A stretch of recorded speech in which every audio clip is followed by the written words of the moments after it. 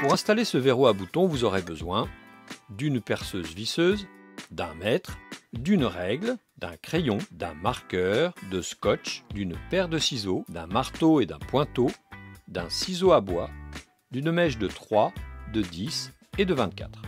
Un gabarit et un conseil de pose vous sont fournis afin de vous guider dans cette installation. Commencez par marquer un repère à 1,50 m du bas de la porte. Cela correspond à une hauteur standard de pose. Tracez un repère sur votre gabarit au niveau du passage du cylindre afin de l'aligner avec le repère tracé sur la porte.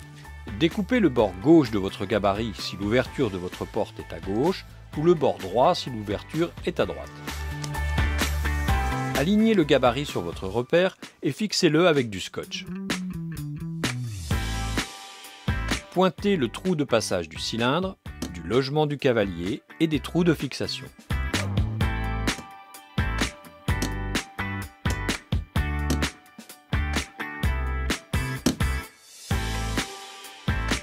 Marquez un repère à 12 mm sur votre mèche de diamètre 10. Commencez par percer l'emplacement du cavalier anti-arrachement en utilisant le repère tracé sur la mèche pour éviter de percer trop profondément. Percez ensuite le trou de passage du cylindre avec la mèche de 24. Ne transpercez pas complètement votre porte, vous risqueriez de faire éclater le bois sur l'autre versant. Finissez de percer de l'autre côté de la porte. Insérez le cavalier dans le trou de diamètre 10.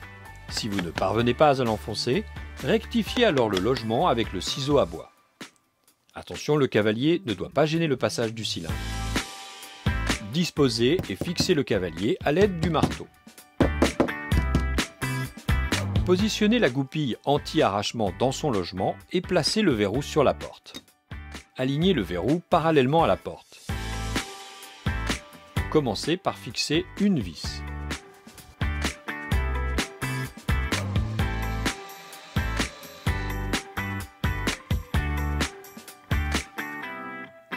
Ajustez l'alignement et fixez une deuxième vis en diagonale. Finissez le vissage des deux dernières vis. Votre verrou est en place. Position fermée, disposez la gâche sur le bâti et alignez-la à l'aide d'un réglet. Commencez par fixer deux vis en diagonale pour pouvoir ajuster la position et finissez le vissage. Votre gâche est fixée. Vérifiez le bon fonctionnement du peigne. Il ne reste plus qu'à poser la rosace de finition. Alignez horizontalement les trous de fixation et clouez délicatement la rosace.